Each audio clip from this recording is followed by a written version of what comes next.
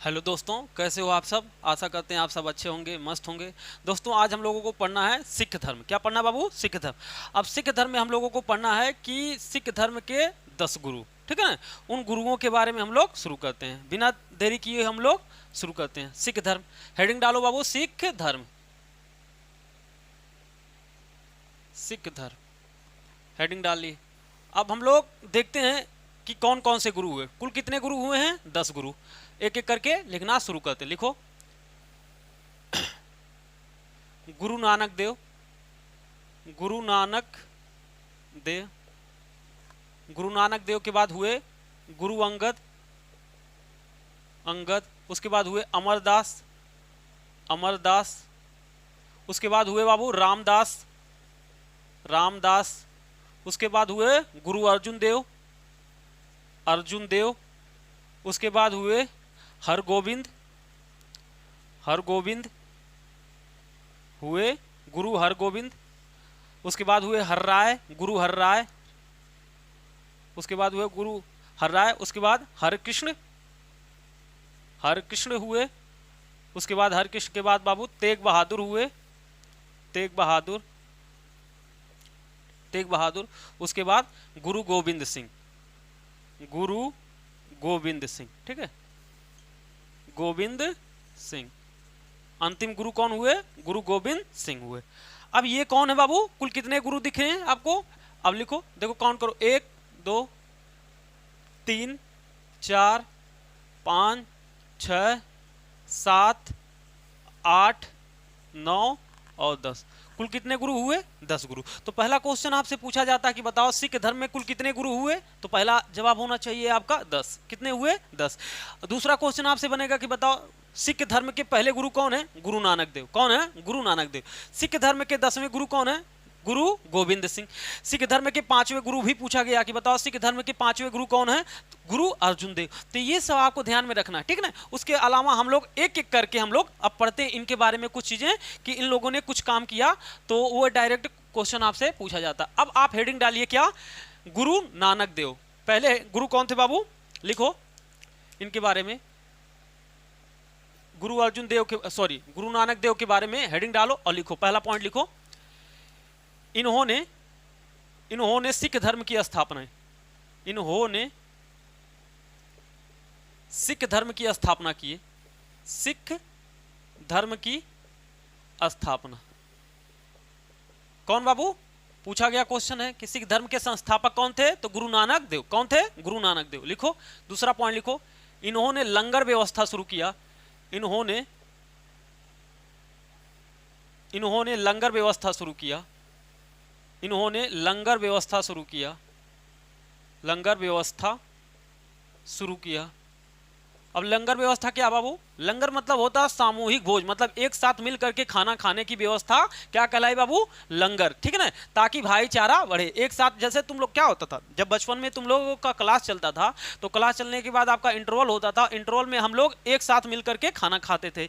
तो उससे क्या होता है? भाईचारा बढ़ती है, ठीक है ना। तो भाईचारा को बढ़ावा देने के लिए, हिंदू मुस्लिम एकता को बढ़ावा देने के लिए इन्होंने लंगर व्यवस्था शुरू किया, ठीक है ना।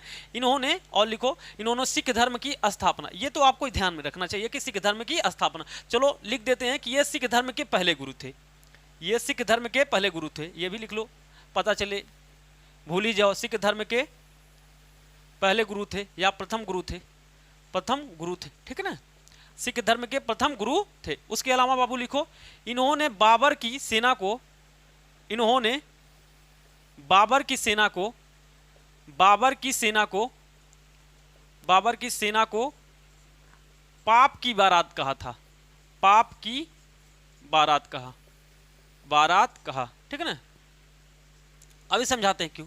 अब इन्होंने क्या कहा? कौन कह रहे हैं? गुरु नानक देव। बाबर की सेना की बारात को पाप की बारात कहा। बाबर की सेना को क्या कहा? ये पाप की बारात है। अब क्यों? अब आपको पता है कि बाबर कैसा था? ससुरा नहीं था, उचड्ढा आदमी था, सेना लेके चलता था, लूट पाट मार ये सब करता था, हत्या कत्ल यही सब करता था। इसी वजह से इन्होंने, गुरु नानक देव ने क्या कहा कि बाबर कैसे है? बाबर की सेना पाप की बारात है। क्या बाबू? बाबर की सेना को इन्होंने क्या कहा कि ये पाप की बारात है। ये ध्यान में रखना, ठीक है ना। और इसके अलावा लिखो, इन्होंने इन्होंने ईश्वर को अकाल पुरुष के नाम से, अकाल पुरुष ईश्वर को, इन्होंने ईश्वर को अकाल पुरुष कहा, ऐसे लिख लो, कहा, ठीक है ना। ये ईश्वर को ईश्वर नहीं कहते थे, क्या कहते थे कि ईश्वर अकाल पुरुष है। क्या बाबू, ईश्वर को अकाल पुरुष कह के संज्ञा देते थे। तो ये आपको ध्यान में रखना है कि ईश्वर को इन्होंने क्या कहा बाबू, अकाल पुरुष कह के संज्ञा दी। उसके अलावा बाबू लिखो गुरु नानक देव के बारे में लिखो, इन्होंने अफगानिस्तान, इन्होंने अफगानिस्तान के बाद ईरान, उसके बाद मक्का मदीना एवं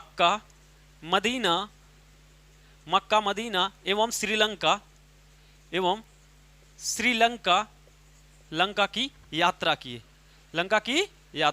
ठीक है ना। आपसे क्वेश्चन पूछेगा, बताओ किस सिख गुरु ने, पूछेगा आपसे क्वेश्चन में कि बताओ किस सिख गुरु ने अफगानिस्तान, ईरान, मक्का, मदीना एवं श्रीलंका की यात्रा किए थे। तो वो क्या होगा बाबू, गुरु नानक देव। ये आपको ध्यान में रखना, ठीक है ना। उसके अलावा एक पॉइंट और लिख लो इसमें, मक्का, मदीना एवं श्रीलंका की यात्रा किए। चलो इतना रहने देते हैं हम लोग। इतना क्या है बाबू, अब आपको ध्यान में रखने वाली बात है कि ये सारे चीज आपको याद होना चाहिए बकायदा, ठीक है ना। इसमें भूलने वाली बात नहीं है। एक पॉइंट वो लिखवाना था कि हिंदू मुस्लिम एकता पर इन्होंने जोर दिया, ठीक है ना। लेकिन कोई बात नहीं है, हमने आपको समझाने में ही कह दिया, लेकिन लिख भी लो, हो सकता है पूछ ही ले आप लोग से।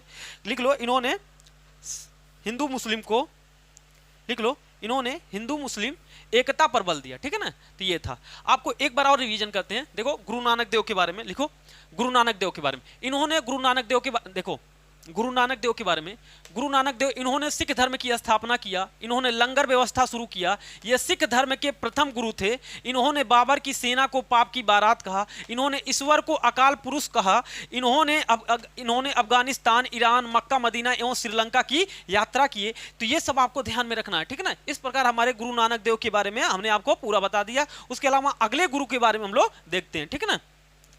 अगले गुरु के बारे में लिखो, सबके बारे में नहीं पढ़ना, जिनके बारे में महत्वपूर्ण तथ्य है, ठीक है, उन्हीं के बारे में। और जो एग्जाम में पूछा जाता है केवल उन्हीं चीजों को हम लोग फोकस करेंगे, ठीक है ना। बाकी चीजों के बारे में नहीं, ये आपको ध्यान में रखना है। बाकी चीजें अगर ज्यादा ध्यान दोगे बाकी चीजों पर तो मेन चीज आपका छूट जाएगा। इसलिए हमें केवल उन्हीं चीजों पर फोकस करना है जो चीजें एग्जाम में आपसे पूछी जाती हैं। जैसे आपसे पूछ लिया जाए कि बताओ पाप की बारात किसको कहा गया था, तो बाबर की सेना को। किसको बाबू, बाबर की सेना को ही पाप का बारात कहा था। और किसने कहा था ये बात कौन कहा था बाबू, ये कहे थे गुरु नानक देव ने। किसके बारे में कहा था, तो बाबर के बारे में कहा था। तो ये आपको ध्यान में रखना, ठीक है ना। अगला लिखो अंगद के बारे में, गुरु अंगद हेडिंग डालो। अगले गुरु अंगद के बारे में लिखो, इन्होंने गुरुमुख लिपि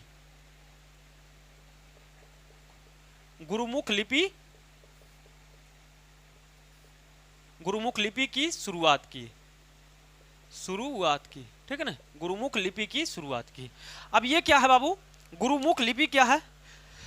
अब देखो, लेखन की एक नई शैली, कविता लेखन की एक नई शैली जिसे गुरुमुख लिपि के नाम से जाना जाता था। किस नाम से बाबू, गुरुमुख लिपि के नाम से जाना जाता था।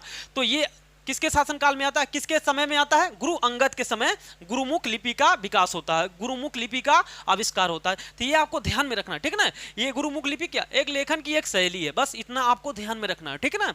तो गुरुमुख लिपि किसके शासनकाल में आता है, गुरु अंगद के बारे में। अब बाबू लिखो रामदास के बारे में। अब अंगद के बारे में, अमरदास के बारे में नहीं ज्यादा पॉइंट है, इंपॉर्टेंट है। उसके बाद रामदास लिखो, चौथे गुरु लिखो रामदास के बारे में। हेडिंग डालो आप लोग रामदास। अब रामदास के बारे में हम लोग लिखते हैं, लिखो इनके समय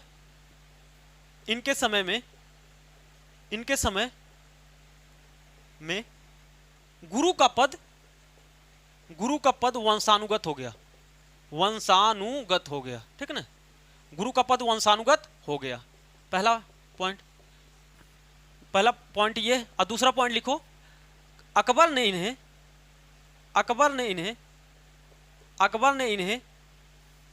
500 बीघा जमीन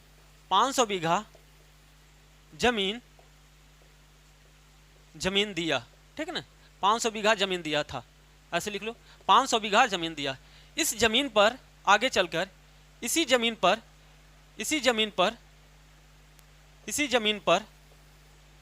आगे चल के इसी जमीन पर अमृतसर लिखो, इसी जमीन पर इसी जमीन पर अमृतसर अमृतसर अमृतसर नगर बसाया गया, नगर बसाया गया, ठीक है ना। इसी जमीन पर अमृतसर नगर बसाया गया, ठीक है ना। ये आपको ध्यान में रखना। पहली बात, इनके समय में गुरु का पद वंशानुगत हो गया। अब इसका मतलब क्या है? अभी तक आपने जो देखा गुरु नानक देव, अंगद, अमरदास और रामदास, ये भाई सब वंशानुगत नहीं। वंशानुगत का मतलब होता है कि हमारे बाद हमारी ही पीढ़ी, हमारे ही परिवार के लोग क्या बनेंगे? अगले गुरु बनेंगे। चाहे वो किसी भी मामले में हो सकता है कि राजा के, जैसे राजा का बेटा राजा, फिर उसका बेटा राजा, फिर उसका बेटा राजा। तो ये क्या है? वंशानुगत है। ये क्या बाबू? वंशानुगत, वंश परंपरा के अनुसार आगे। जैसे दादाजी का जमीन पिताजी का, पिताजी का जमीन हमें मिलेगा, हमारी जमीन बेटे को मिलेगा, मेरे बेटे को मिलेगा, और मेरे बेटे की जमीन उसके बेटे को मिलता। तो ये क्या, ये क्रम क्या कहलाता है? वंशानुगत। उसी तरह रामदास के बाद बाबू जो पद आया, गुरुओं का जो पद आया, वो कैसे बनते गए? एक परिवार के लोग ही बनते गए। इन्होंने अपने पद का मतलब, इस गुरु का पद क्या है? वंशानुगत के। इसके पहले क्या था? इसके पहले कोई भी गुरु बन सकता था। जो भाई साहब उस योग्य हो, उतना योग्य हो, वो बन सकता था। उसमें कोई भी भाई साहब ये वंशानुगत का नियम नहीं लागू होता। तो ये भी आपको ध्यान में रखना कि पूछेगा कि बताओ सिख गुरुओं का पद वंशानुगत किसके शासन काल में होता है? तो सिख गुरुओं का पद वंशानुगत रामदास के शासन काल में होता है। ये आपको ध्यान में रखना है, ठीक है ना। और अकबर ने कितना जमीन दिया था दान में? 500 बीघा। और किसको दिया था? रामदास को। गुरु रामदास को कितना जमीन दिया? 500 बीघा दिया, ठीक है ना। कौन दिया? अकबर ने। अकबर ने कितना जमीन दान दिया था? वो 500 बीघा जमीन दिया था। आगे चल के उसी जमीन पर रामदास के समय ही क्या होता? अमृतसर नगर बसाया जाता। तो पूछेगा बताओ अमृतसर नगर किसने बसाया था? तो रामदास। क्या लगा कर आओगे? रामदास। अमृतसर नगर की स्थापना किसने किया था बाबू? रामदास। तो ये आपको ध्यान में रखना है, ठीक है ना। ये सब आपको ध्यान में देते चलना। अब बाबू हम लोग देखते हैं, अब रामदास के बाद हम लोग आ जाते हैं अर्जुन देव के बाद, अर्जुन देव पर, ठीक है ना। गुरु अर्जुन देव पर अगले गुरु कौन है? गुरु अर्जुन देव, ठीक है ना। गुरु अर्जुन देव, ये आपको ध्यान में रखना है। अगले गुरु कौन होंगे? गुरु अर्जुन देव। ये सब आपको ध्यान में रखना है, ठीक है ना। ऐसे करके क्वेश्चन पूछा जाता है। अब लिखो गुरु अर्जुन देव, गुरु अर्जुन देव। अगले हैं बाबू, अगले गुरु कौन है? गुरु अर्जुन देव। अर्जुन देव के बारे में बड़ी अर्जुन देव के बारे में बड़ी घटनाएं देखने को मिला। अब क्यों? क्योंकि इनका जो, पहले तो हम लोग देख लेते हैं अर्जुन देव के बारे में कि इन्होंने कुछ काम किया। लिखो, इन्होंने अमृतसर में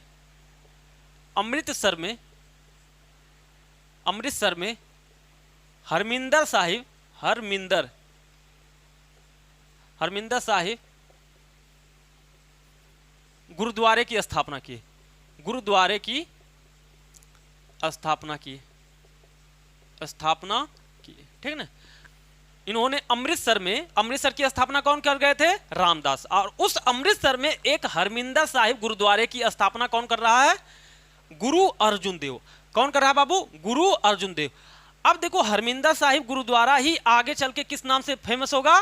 स्वर्ण मंदिर के नाम से। किस नाम से बाबू? आगे चल के यही हरमिंदर साहिब गुरुद्वारा किस नाम से फेमस होगा? अमृतसर मंदिर के नाम से, सॉरी, स्वर्ण मंदिर के नाम से फेमस होगा। ये आपको ध्यान रखना है, ठीक है ना। तो पूछ लेगा कि बताओ हरमिंदर साहिब जो स्वर्ण मंदिर है, उस स्वर्ण मंदिर की स्थापना किसने किया था? कौन किया था? अर्जुन देव। लेकिन भाई साहब इस हरमिंदर साहिब पर आगे चल के, अभी आज ही पढ़ाएंगे आपको, हरमिंदर साहिब पर क्या किया गया? सोने की परत चढ़ाई गई। तो उसे किस नाम से जाने लगा बाबू? अमृतसर मंदिर के नाम से, सॉरी, स्वर्ण मंदिर के नाम से जाने लगा, ठीक है ना। तो ये आपको ध्यान में रखना है कि स्वर्ण मंदिर का प्राचीन नाम क्या था? पुराना नाम क्या था? हरमिंदर साहिब गुरुद्वारा। यही आगे चल के किस में बदल जाएगा? स्वर्ण मंदिर के रूप में बदल जाएगा, ठीक है ना। यही आगे चल के स्वर्ण मंदिर कहलाने लगेगा। तो स्वर्ण मंदिर की आधारशिला कौन रख देगा? अर्जुन देव। कौन रखेंगे बाबू? हरमिंदर साहिब गुरुद्वारा आगे चल के किस में बदलेगा? स्वर्ण मंदिर में। और हरमिंदर साहिब गुरुद्वारा की आधारशिला कौन रखता है? गुरु अर्जुन देव। हरमिंदर साहिब गुरुद्वारा कौन बनवाता है? अर्जुन देव। हरमिंदर साहिब गुरुद्वारा कहां बनवाया गया? अमृतसर में। आगे चल के हरमिंदर साहिब गुरुद्वारा किस रूप में बदला गया? किस रूप में फेमस हुआ? स्वर्ण मंदिर के रूप में प्रसिद्ध होता है। तो ये आपको ध्यान में रखना। अगला लिखो, गुरु अर्जुन देव के शासनकाल में ही, इनके शासनकाल में ही, इन्हीं के समय,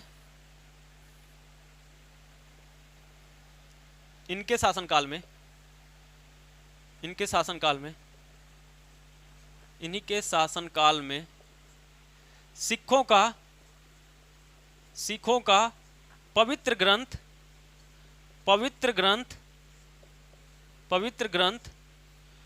गुरु ग्रंथ साहिब की, पवित्र ग्रंथ गुरु ग्रंथ साहिब का संकलन किया गया, संकलन किया गया। ठीक है ना, संकलन किया गया। किसका बाबू? अब देखो पूछता है सिखों का पवित्र पुस्तक कौन सा है? गुरु ग्रंथ साहिब। सिखों का पवित्र पुस्तक कौन सा है? गुरु ग्रंथ साहिब है। अब देखो गुरु ग्रंथ साहिब की रचना या संकलन किसके शासनकाल में होता है? अर्जुन देव के शासनकाल में। किसके शासनकाल में? गुरु अर्जुन देव के शासनकाल में। अब देखो इसमें क्या है, गुरु ग्रंथ साहिब में क्या लिखा गया है, ये ध्यान देने वाली बात है। जो ये गुरु ग्रंथ साहिब है इसमें क्या लिखा गया, देखो सबसे पहले 5 गुरुओं के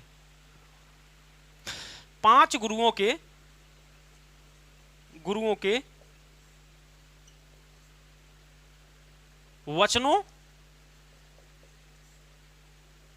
को लिखा गया। ठीक है ना, 5 गुरुओं के वचनों। अब 5 गुरु कौन कौन से हैं देखो, पहले गुरु नानक देव, दूसरे अंगद, तीसरे अमरदास, चौथे रामदास और 5वें गुरु अर्जुन देव। तो ये जो अब तक 5 गुरु हुए, उन 5 गुरुओं ने जो भाई साहब वचन बोले, मतलब जो उन लोगों ने निर्देश दिया, जो आदेश दिया, जो बातें कही, प्रवचन कहे, उन सारे बातों को कहाँ लिखा गया? गुरु ग्रंथ साहिब में। कहाँ लिखा गया बाबू? गुरु ग्रंथ साहिब में। तो ये आपको ध्यान में रखना। क्या केवल 5 गुरु का ही लिखा गया? हाँ। तो पहला आप कहोगे कि सिख धर्म के कितने गुरुओं का, गुरु ग्रंथ साहिब में कितने गुरुओं के वचनों को लिखा गया? कितने बाबू? 5 गुरुओं के। कितने गुरुओं के वचनों को लिखा गया? 5 गुरुओं के। और इसके साथ और भी है, 18 अन्य भक्तों का भी लिखा गया। 18 अन्य भक्तों के वचनों को लिखा गया। भक्तों के वचनों को भी लिखा गया। वचनों को लिखा गया। ठीक है ना, लिखा गया। ठीक है ना। अब कौन कौन से हैं? अब 18 हो तो इंपॉर्टेंट नहीं है, लेकिन 18 में से जैसे रामानंद, कबीर, रैदास, बाबा फरीद, सिख बाबा फरीद,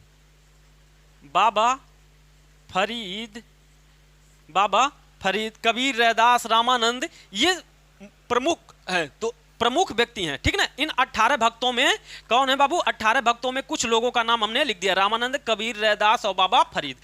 अब आपको ध्यान में रखना है कि गुरु ग्रंथ साहिब में कितने लोगों के वचनों का लिखा गया है? 5 गुरुओं के। अभी तक जो 5 गुरु हुए उन्हीं को। आगे सिख धर्म किन विचारों पर चलेगा, इसी गुरु ग्रंथ साहिब को आधार मान करके आगे शासन चलाया जाएगा, आगे दिशा निर्देश होगा। ठीक है ना। उसी प्रकार उसमें कुछ और लोगों के वचनों को भी शामिल किया गया, जैसे जिसमें रामानंद है, कबीर है, रैदास है, बाबा फरीद। तो आपसे क्वेश्चन अगर पूछ ले कि बताओ गुरु ग्रंथ साहिब में किसकी रचनाएं शामिल है, तो बाबा फरीद की शामिल है, रामानंद की शामिल है, कबीर का, रैदास का, बाबा फरीद का, ये मुख्य लोग। इसके अलावा 18 हमने बताया ना, तो सब 18 हो तो इंपॉर्टेंट नहीं है, लेकिन कम से कम ये 5, 6, 4, 5 तो आपको याद रहना चाहिए। ठीक है ना। तो ये आपको ध्यान में रखना चाहिए। ठीक है ना। गुरु ग्रंथ साहिब कितने गुरुओं का? 5 गुरुओं का। भाई साहब कितने अन्य गुरुओं का, अन्य भक्तों का? 18। तो ये कम से कम आपको ध्यान में रखना चाहिए। ठीक है ना बाबू। तो ये इस तरह हम लोग का गुरु अर्जुन देव का भी हो गया। ठीक है ना। नहीं, अभी तो एक है सबसे महत्वपूर्ण पॉइंट, आपको तो बताना ही भूल गए। लिखो, जहां इनकी हत्या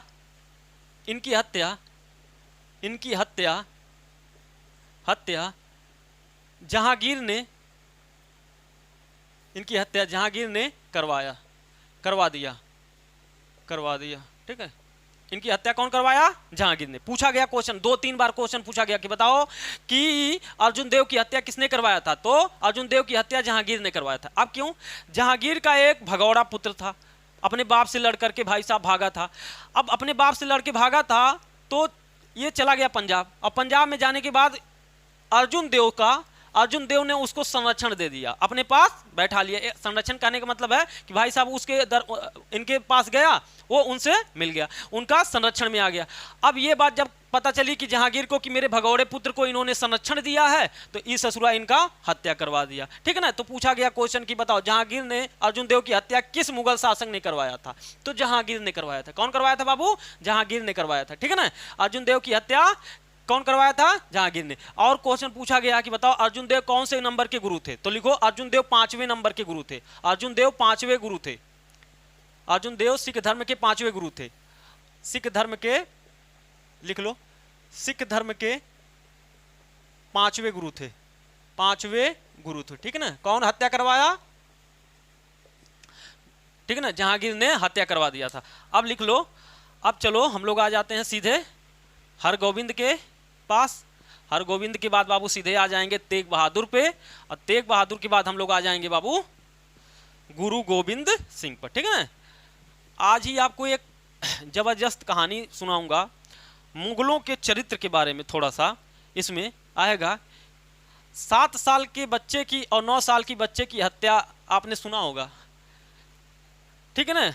लेकिन दीवार में चुनवा देने की घटना आपको आज बताएंगे। मुगलों द्वारा 2 बच्चों को दीवार में चुनवा दिया गया था। इसका संबंध भी सिख धर्म से है। इसके अलावा अभी और आपको बताते हैं।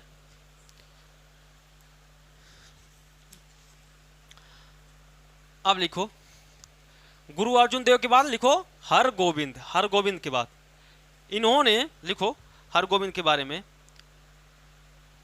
इन्होंने सिख धर्म का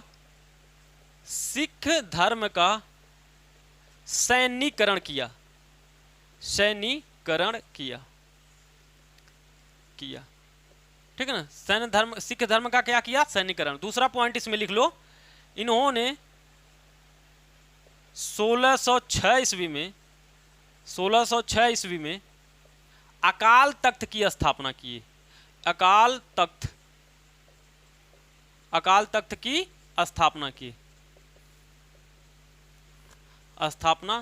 ठीक है ना। ये क्या है? 1606 ईस्वी में अकाल तख्त की स्थापना। इन्होंने 2 काम किया।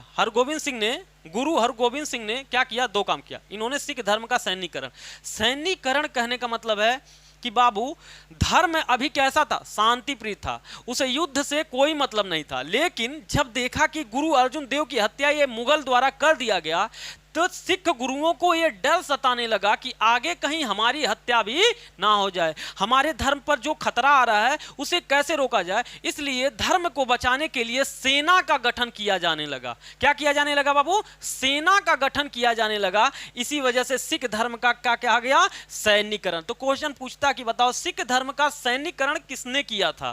किसने शुरू किया था? तो हरगोविंद सिंह ने। कौन?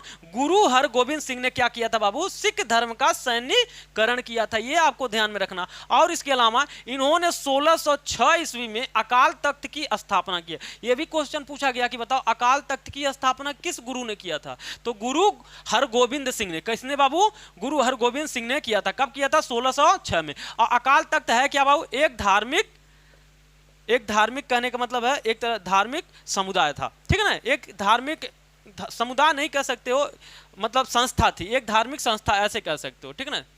धार्मिक संस्था थी। लिख लो ऐसे। एक धार्मिक संस्था थी। अकाल तख्त क्या था? एक धार्मिक संस्था थी। ठीक है ना। तो ये हरगोविंद सिंह के बारे में 2 जानकारियां थी जो आपको बताना बहुत जरूरी था। ठीक है ना। एक सैन्यीकरण किए, एक 1606 में अकाल तख्त की स्थापना की। आज भी पंजाब में अकाल तख्त है। ठीक है ना। तो ये आपको ध्यान में रखना है। तो अकाल तख्त धार्मिक संस्था थी एक, ये आपको ध्यान में रखना। अब बाबू हम लोग आ जाते हैं सीधे तेग बहादुर पर। किस पर? तेग बहादुर पर। इनके बारे में कुछ घटनाएं हम लोग देखते हैं। ठीक है ना। अब इनके समय में एक घटना हुई थी, अभी आपको बताएंगे। बड़ी ही घिनौनी हरकत हुई थी। ठीक है ना। बहुत ज्यादा। लिखो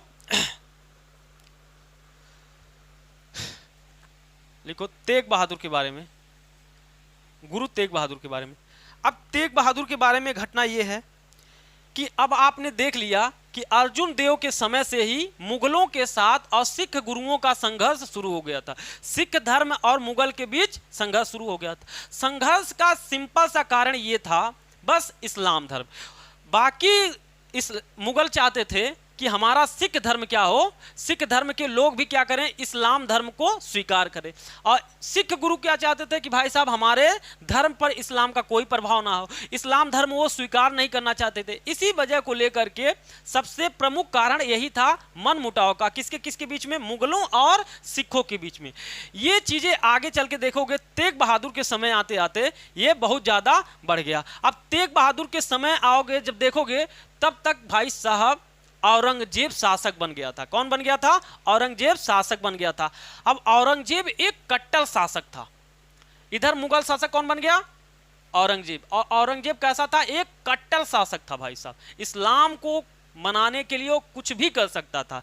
अब तेग बहादुर को जैसे कि इस्लाम धर्म जैसे जैसे बढ़ रहा था वैसे सिख धर्म भी देख रहे हो कैसे कैसे अपनी उन्नति कर रहा। तो औरंगजेब जब शासक बना उसने कहा तेग बहादुर से कि आप इस्लाम धर्म स्वीकार कर लीजिए। औरंगजेब ने कहा कि आप इस्लाम धर्म स्वीकार कर लीजिए, लेकिन तेग बहादुर ने कहा कि भाई साहब हम इस्लाम धर्म नहीं स्वीकार करेंगे, चाहे तुम मेरे साथ कुछ भी कर दो। इसी को लेकर के तेग बहादुर के तीन शिष्यों को तेग बहादुर कैसे, पूरी लाइन लिखते हैं हम लोग, इनके तीन शिष्यों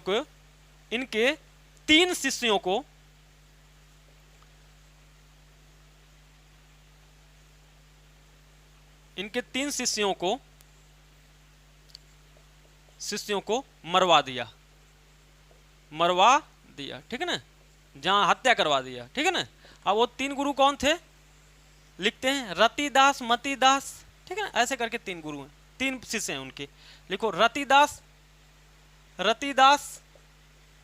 मतिदास और देवदास। क्या नाम था उनका?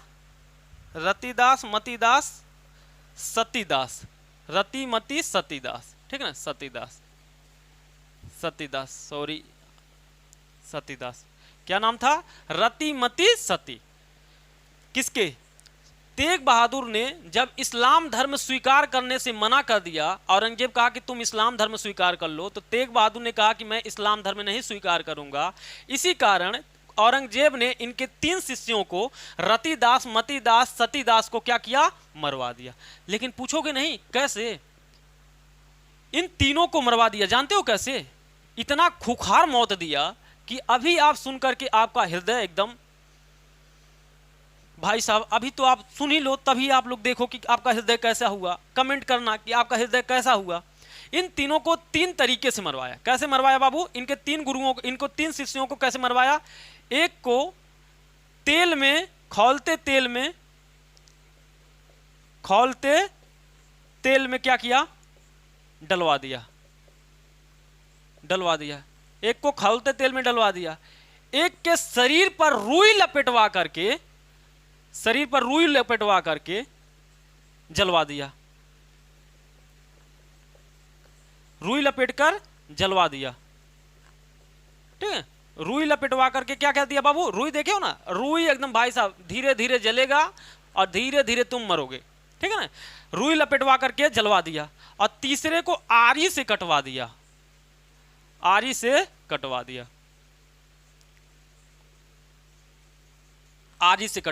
समझ रहे हो? तेग बहादुर के औरंगजेब ने कहा कि तेग बहादुर से कि तुम इस्लाम धर्म स्वीकार कर लो, तो औरंगजेब ने जवाब दिया कि नहीं। तो औरंगजेब ने क्या किया कि इनके तेग बहादुर के तीन शिष्यों को रतिदास, मतिदास और सतीदास को मरवा दिया। और कैसे मरवाया? एक को खौलते तेल में डलवा दिया, एक को रुई में लपेटवा दिया और एक को आरी से कटवा दिया। इतना खुखार मौत दिया केवल इसलिए क्योंकि तेग बहादुर ने इस्लाम धर्म स्वीकार करने से मना कर दिए। ऐसा खुखार था हमारा औरंगजेब ससुरा, समझे? इतना खुखार आदमी था औरंगजेब, ठीक है ना। तो ये था भाई साहब। आखिरकार जब तेग बहादुर इसके बाद भी नहीं माने, इसके बाद भी तेग बहादुर इस्लाम धर्म नहीं स्वीकारे, तो इनको भी चांदनी चौक पर, दिल्ली के चांदनी चौक पर फांसी दे दिया, ठीक है ना। इनको भी फांसी दे दिया। इसको लगा कि जब इनके चेलों को मार देंगे, इनके शिष्यों को मार देंगे, तो तेग बहादुर इस्लाम धर्म स्वीकार कर लेंगे। उसके बाद भी तेग बहादुर इस्लाम धर्म नहीं स्वीकार किए, और जब नहीं स्वीकार किए तो फिर इनको भी चांदनी चौक पर फांसी दे दिया। कौन? औरंगजेब। कौन दे दिया बाबू? ये ध्यान रहे, सब कौन कर रहा है? ये सारा कारनामा कौन किया बाबू? औरंगजेब महोदय कर रहे हैं, ठीक है ना। ये सारा कारनामा कौन किए हैं? औरंगजेब। ये ध्यान रहे, औरंगजेब, ठीक है ना। ये सारा कारनामा कौन किया है? औरंगजेब। आरी से कटवाया कौन? औरंगजेब। खोलते तेल में डलवाया कौन? औरंगजेब, ठीक है ना। रुई से लपेटवा के मरवाया कौन? औरंगजेब। तो ये तीनों आपको ध्यान में रखना, ठीक है ना। चांदनी चौक पर इनकी हत्या हो गई, ठीक है ना। अब लिखो, अगला आता है, अब अंतिम गुरु हैं गुरु गोविंद सिंह, ठीक है ना। अब गुरु गोविंद सिंह के बारे में हम लोग थोड़ा सा देखते हैं। गुरु गोविंद सिंह के बारे में भी ऐसी ही घटनाएं आपको अभी देखने को मिलेगा। तो इनके 3 चेलों का नाम क्या है? रतिदास, सतीदास और मतीदास, ठीक है ना। इनके 3 चेलों का नाम क्या है? रति, सती, मती, ठीक है ना। ऐसे याद करोगे तो याद हो जाएगा। एक को क्या किया था? तेल में खोलवा दिया था, डलवा दिया था खोलते तेल में, और एक को रुई लपेटवा दिया, एक को आरी से कटवा दिया। ये 3 काम, तीनों को 3 तरीके से मरवा दिया, ठीक है ना। अगला है गुरु गोविंद सिंह, ठीक है ना। अगले गुरु हैं गुरु गोविंद सिंह। अगले गुरु के बारे में लिखो, अगला हेडिंग डालना गुरु गोविंद सिंह, लिखो गुरु गोविंद सिंह के बारे में। ये सिख धर्म के अंतिम गुरु थे, सिख धर्म के अंतिम गुरु थे, ठीक है ना, अंतिम गुरु थे। इनके बाद गुरु की परंपरा समाप्त हो जाती है, ठीक है ना। इसके बाद गुरु की परंपरा समाप्त हो गई, गुरु अंतिम गुरु थे, ठीक है ना। ये भी अंतिम गुरु थे, सिख धर्म के अंतिम गुरु थे। इनके बाद क्या हुआ? सिख धर्म के गुरु की परंपरा क्या हो गई बाबू? समाप्त हो गई। ये आपसे बार बार क्वेश्चन पूछा जा चुका है, पूछा गया कि बताओ सिख धर्म के अंतिम गुरु। अब आपसे पूछे कि बताओ सिख धर्म के गुरु गोविंद सिंह सिख धर्म के कौन से नंबर के गुरु थे? तो लिखो, ये सिख धर्म के 10वें नंबर के गुरु थे। लिखो, ये सिख धर्म के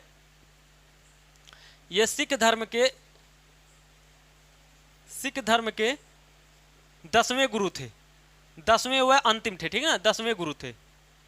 ये आपको लिख लेना। ये सब तो वैसे ही आपको पता होना चाहिए, एक क्रम से लिखा गया है, लेकिन फिर भी हम आपको लिखवा दे रहे हैं ताकि आप भूलो ना, ठीक है ना। लिखो, इन्होंने पंचकक्कार, लिखो ये पंचकक्कार, इन्होंने पंचकक्कार को अनिवार्य कर दिया, अनिवार्य। अब ये पंचकक्कार क्या है बाबू? अनिवार्य कर दिया। अब पंचकक्कार क्या है बाबू? देखो ध्यान से, पंचकक्कार क्या है? पंचकंकार मतलब 5 चीजें। वो कौन कौन सी हैं 5 चीजें बाबू? ध्यान से देखो, केस, दूसरा कंघा, केस, कंघा, कच्छा, केस, कंघा, कच्छा, कड़ा, कृपाण, कृपण, ठीक है ना। कृपण मतलब समझते हो ना, केस, कंघा, कच्छा, कड़ा और कृपण। पंचकक्कार को अनिवार्य किया, मतलब प्रत्येक सिख अनुयायी को, अर्थात सिख धर्म के मानने वाले प्रत्येक व्यक्ति के पास केस होना चाहिए, अर्थात उसके पास बाल हो, वह बाल को रखे। बाल को झाड़ने के लिए भाई साहब, साफ करने के लिए कंघा, मतलब कंघी करते हो ना बाल को, तो केस को साफ करने के लिए कंघा होना चाहिए। कच्छा होना चाहिए भाई साहब, पहनते हो ना कच्छा, जो पहनते हो आप लोग, वह कच्छा। और भाई साहब कड़ा, हाथ में पहनने वाला कड़ा होना चाहिए। और भाई साहब कृपण, कृपण क्या बाबू? कृपण माने तलवार, देखते हो ना सिख धर्म में कृपण, तलवार लेना एक धर्म का हिस्सा है, ठीक है ना। तो तलवार जो है उनका, वो किसका प्रतीक है बाबू? वो भी पंचकक्कार का प्रतीक है, ठीक है ना। और बाबू इन्होंने कहा कि पुरुष अपने नाम के आगे, पुरुष अपने नाम के आगे, अपने नाम के आगे आगे क्या रखेंगे? सिंह लगाएंगे। क्या लगाएंगे बाबू? सिंह। जैसे आप सुनते हो ना, हरमिंदर सिंह, पुरमिंदर सिंह, राकेश सिंह, तो जो ये नाम लगाते हैं बाबू, अपने नाम के अंतिम में क्या लगाते हैं? आगे, नाम के आगे क्या लगाते हैं? सिंह लगाते हैं। क्या लगाते हैं? सिंह लगाते हैं। तो ये भी प्रचलन में कौन लाया था, कौन किया था? गुरु गोविंद सिंह ने ये कहा था, ठीक है ना। उसके अलावा महिलाएं, महिलाएं अपने नाम के आगे, महिलाएं अपने नाम के आगे, नाम के आगे आगे क्या लगाएंगी? कौर। क्या लगाएंगी बाबू? कौर। क्या लगाएंगी? कौर। जैसे सुनीता कौर, पुनीता कौर, अमिता कौर, ठीक है। हालांकि हमें हो सकता है कि पंजाबी नाम ना मिले औरतों का, लेकिन फिर भी हम आपको समझाने के लिए आपको बता रहे हैं, ठीक है ना। तो महिलाएं अपने नाम के आगे क्या लगाएंगी? कौर, और पुरुष क्या लगाएंगे? सिंह, ठीक है ना। तो सिंह और कौर लगाने की परंपरा किसके शासनकाल में आता है बाबू? गुरु गोविंद सिंह के समय से है, ठीक है ना। अब बाबू अब ये तो महत्वपूर्ण घटनाएं हुई थोड़ा बहुत। अब इससे भी एक महत्वपूर्ण घटना ये हुई कि गुरु गोविंद, इसके लिए मुझे पूरी जगह चाहिए, अब जगह चाहिए। गुरु गोविंद सिंह के कुल 4 पुत्र थे। कितने बाबू? 4 पुत्र थे। हला चलो यहीं पर बता देते हैं। गुरु गोविंद सिंह के इनके 4 पुत्र थे। कुल कितने पुत्र थे बाबू? इनके 4 पुत्र थे। लिखो, अजीत सिंह, जिनका नाम था अजीत सिंह, जुझारू सिंह,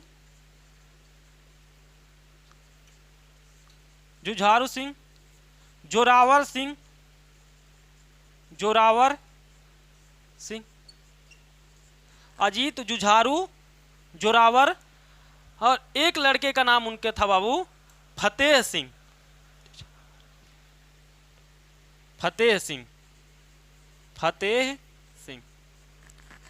ठीक है। कुल कितने? अजीत सिंह, जुझार सिंह, जोरावर सिंह और फतेह सिंह, ठीक है ना। अजीत, जुझार, जोरावर, फतेह, ठीक है ना। ये 4 लड़के थे। ध्यान से देखना है, इनके 4 पुत्र। गुरु गोविंद सिंह के कुल 4 पुत्र थे, अजीत सिंह, जुझार सिंह, जोरावर सिंह और फतेह सिंह। ये 4 पुत्र थे किसके? गुरु गोविंद सिंह। ऊपर के 2 पुत्र अजीत सिंह और जुझार सिंह मुगलों के साथ संघर्ष करते हुए मारे जाते हैं। किससे बाबू? मुगलों से संघर्ष करते हुए संघर्ष में मारे जाते हैं, ठीक है ना। संघर्ष में मारे जाते हैं, ठीक है ना। 2 व्यक्ति, गुरु गोविंद सिंह के 2 पुत्र अजीत सिंह और जुझारू सिंह क्या होते हैं? मारे जाते हैं। और जोरावर सिंह का उम्र अभी कितना है बाबू? 7 और 9 साल है। कितना है? 7 साल और 9 साल है। 9 साल का है अभी ये लड़का उनका, और ये है 7 साल का। कितना? 7 साल का। ये अब देखो कहानी यहां से शुरू होती है। गुरु गोविंद सिंह के कुल 4 पुत्र अजीत, जुझारू, जोरावर और फतेह सिंह। जोरावर सिंह की उम्र कितनी है? 9 साल। फतेह सिंह की उम्र कितनी है? 7 साल। औरंगजेब ने इस बच्चों से कहा, इन दोनों, ये तो दोनों मारे जा चुके हैं, ऊपर वाले 2 बच्चे मारे जा चुके हैं, बचे 2 हैं। कौन? जोरावर और फतेह। जोरावर और फतेह से औरंगजेब कहता है कि तुम इस्लाम धर्म स्वीकार कर लो। तो इन दोनों बच्चों ने कहा कि नहीं, मुझे सिख धर्म में ही रहना है, ठीक है ना। इन्होंने इस्लाम धर्म को स्वीकार करने से मना कर दिया। अब सुनिए, जब ये स्वीकार करने से मना कर दिया तो इनको बहलाया, फुसलाया, प्रेम से डरवा करके सारे परतड़े अपना लिया। उसके बाद भी ये दोनों बच्चे इस्लाम धर्म को स्वीकार करने से जब मना कर दिया तो औरंगजेब ने गुस्से में इन दोनों ही बच्चों को क्या कर दिया? दीवार में चुनवा दिया। जिंदा बच्चों को दीवार में चुनवा दिया। समझ रहे हो? ये 7 साल और 9 साल के ये बच्चों को क्या किया? दीवार में चुनवा दिया गया। इतनी खूंखार हत्या कौन किया? औरंगजेब। कौन किया बाबू? औरंगजेब कर रहा है, ठीक है ना। दीवार में चुनवा दिया, दीवार में चुनवा दिया, दीवार में चुनवा दिया। ये आपको ध्यान में रखना। अब एक पॉइंट और है बाबू, लिख लो। 1699 में खालसा पंथ की स्थापना भी यही करते हैं। लिख लो, 1699 ईस्वी में, 1699 ईस्वी में खालसा पंथ की स्थापना किए, ठीक है ना। पंथ की स्थापना किए कौन? यही गुरु गोविंद सिंह ने, ठीक है ना। ये आपको ध्यान में रखना है। इस प्रकार आपने देखा कि पूरा का पूरा सिख धर्म के 10 गुरुओं के किए गए कार्य। एक बार आपका और गुरु गोविंद सिंह बहुत महत्वपूर्ण है, इसलिए एक बार और रिवीजन हम लोग करते हैं। देखो गुरु गोविंद सिंह के, देखो गुरु गोविंद सिंह के बारे में हम लोग फिर से एक बार रिवीजन करते हैं। गुरु गोविंद सिंह ने 1699 ईस्वी में खालसा पंथ की स्थापना की है। ये सिख धर्म के अंतिम गुरु थे, ये सिख धर्म के 10वें गुरु थे। ये पंच ककार को अनिवार्य कर दिया। केस, कंघा, कच्छा, कड़ा, कृपण, पुरुष अपने नाम के आगे सिंह लगाने के लिए इन्होंने कहा, महिलाओं को अपने नाम के आगे कौल लगाने के लिए कहा। इनके कुल 4 पुत्र थे। अजीत सिंह और जुझारू सिंह को संघर्ष में मुगलों के साथ संघर्ष करते हुए मारे जाते हैं। बचते हैं जोरावर सिंह और फतेह सिंह। जोरावर सिंह की उम्र 9 साल थी, फतेह सिंह की उम्र 7 साल थी। जब इनको औरंगजेब ने मुगल इस्लाम धर्म स्वीकार करने के लिए कहा, तो जब ये दोनों बच्चों ने स्वीकार करने से मना कर दिया, तो इनको जिंदा दीवार में चुनवा दिया। कौन? औरंगजेब ने। इस प्रकार गुरु गोविंद सिंह के चारों बच्चों की हत्या हो जाती है। ठीक है ना। तो ये सारा हमारा गुरु गोविंद सिंह के बारे में था। इस प्रकार हमारा पूरा का सिख धर्म हो गया समाप्त। आगे हम लोग सिख धर्म का अंग्रेजों के साथ संघर्ष पढ़ेंगे।